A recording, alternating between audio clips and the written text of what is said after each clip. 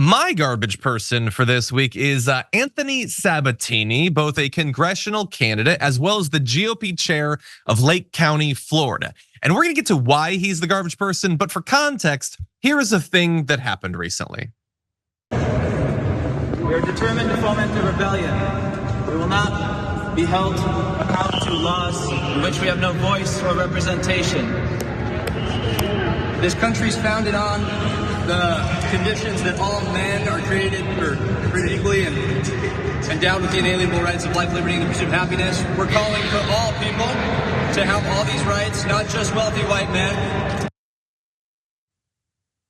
Okay, so right there you saw a couple of climate activists who took this like magenta powdered paint and threw it at the enclosures under which you could probably see the Declaration of Independence, the US Constitution, the Bill of Rights on display at the National Archives. And let me just say, I don't think you should do that. I don't think you should do that. I like leave the National Archives alone. I also don't think you should steal a ton of classified documents from the National Archives and store them in your bathroom, just to be clear.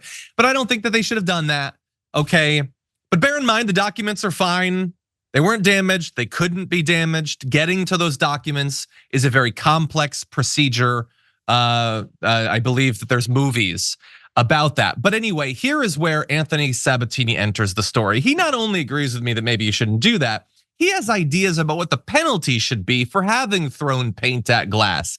He says, hang them and then display their lifeless bodies as a warning to others. Whew. Okay, he says that capital punishment should apply to anybody who even attempts to destroy an original founding document. I think any sane, self-respecting country would assign the death penalty to a crime like that. Yeah, that seems like a lot to me, that you wanna not only kill them, but then hang them in the foyer of the National Archives. So like kids coming in are like, oh, they caught those guys, that's good. This seems like a little bit much. And I want you to remember, he isn't just a rando crazy congressional candidate. He is the chair of the GOP in that county already, calling for people to be killed for tossing paint at glass. Brett, what do you think? He's the chair, which itself is a mode of execution, John. There's a lot of instincts to have in the wake of seeing someone do that. Most Americans, most normies would be like, oh, stop, just stop. And then move on with their day. Mm-hmm. But if the first thing you think is hang them outside, you just want to see a dead body. Yeah. You just want to kill someone. And that is super duper creepy.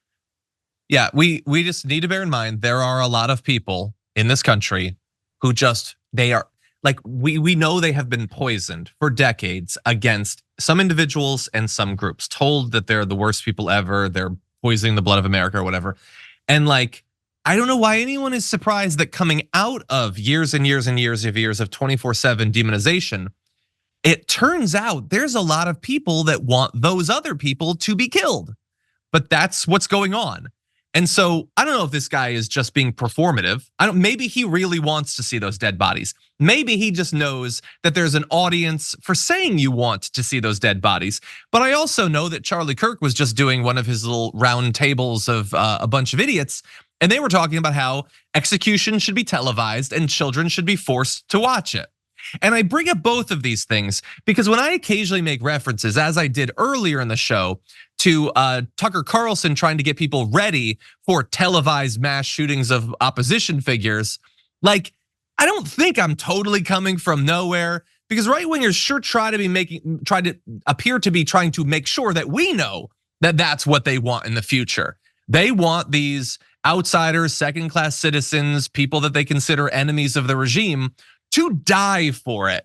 And they don't even expect them to have had to have done much. You throw some paint, you do a little protest. Dear God, if you glitter bomb someone, they will really bomb you. Or at the very least, they want you to think that that's what's coming. You can't show someone proof that that Timmy has two dads, according to these guys, but you can force them to watch someone get lethal injected until foam comes out their mouth, or if a county or in South Carolina or whatever gets its way, a firing squad. Yeah. Well, we're the psychos who want to indoctrinate the youth. Cool point, on Charlie Kirk's show, 100%. On Charlie Kirk's show, they were suggesting the guillotine. That's what they wanted. Awesome. Very cool. Very cool. Then a they'll lot of like faith in rail your against ideology. video games that are violent. 100%. No, it's like this is the end state of the weird cultural thing that we've always had, where cartoonish violence is totally fine, but literally a nipple is the worst thing ever. Well, what if you just applied that to politics and cranked it up to 11? That's what you would have. No, you can't see that stuff. You can't acknowledge that you have a different sexuality than this right-wing pundit. That should get you fired. But literally firing squads being used on TV is perfectly acceptable.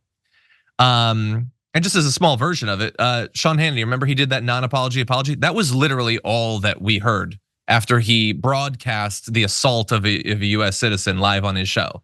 That's it, he's not in trouble. He's not being fined or put on suspension or anything. They're not changing their policies going forward. That was it. 50,000 of you voted for the community guards person of the week this week. And here are your top 5. Coming in at 4 and 5, tied at 6% of the vote, you have Tomi Lahren and Marjorie Greene. Tomi Lahren for being upset over the Jesus feet washing ad. Dear God, do they hate being reminded of what Jesus was like. And Marjorie Greene for being triggered over Curb Your Enthusiasm. That was a fun one. Another tie for 3 and 2 at 16% of the vote. What's going on here? Megyn Kelly for crying about the Black national anthem being played at the Super Bowl.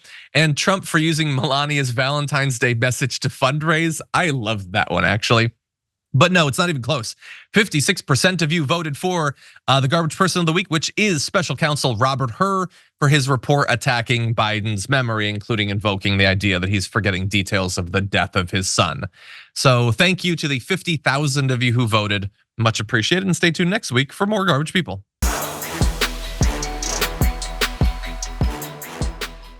For more political news, breakdowns, interviews, stories of activism, and me trying my hardest to care about the occasional big celebrity news story, subscribe to our YouTube channel at youtube.com/thedamagereport. And you can ring the bell wherever it is so you don't miss anything.